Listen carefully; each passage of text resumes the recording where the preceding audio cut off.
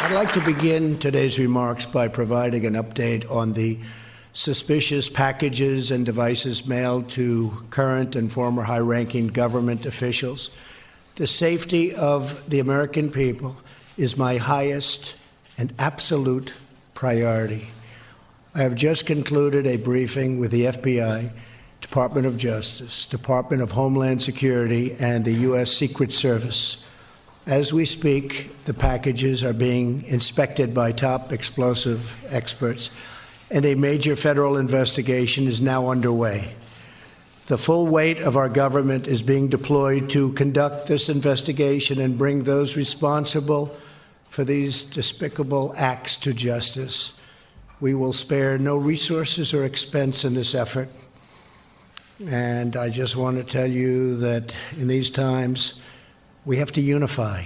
We have to come together and send one very clear, strong, unmistakable message that acts or threats of political violence of any kind have no place in the United States of America.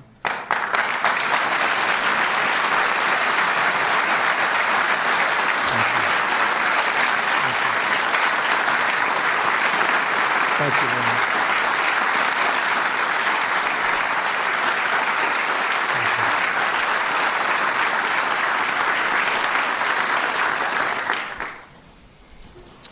It's a very bipartisan statement. I can tell you from both sides. We both agree on that.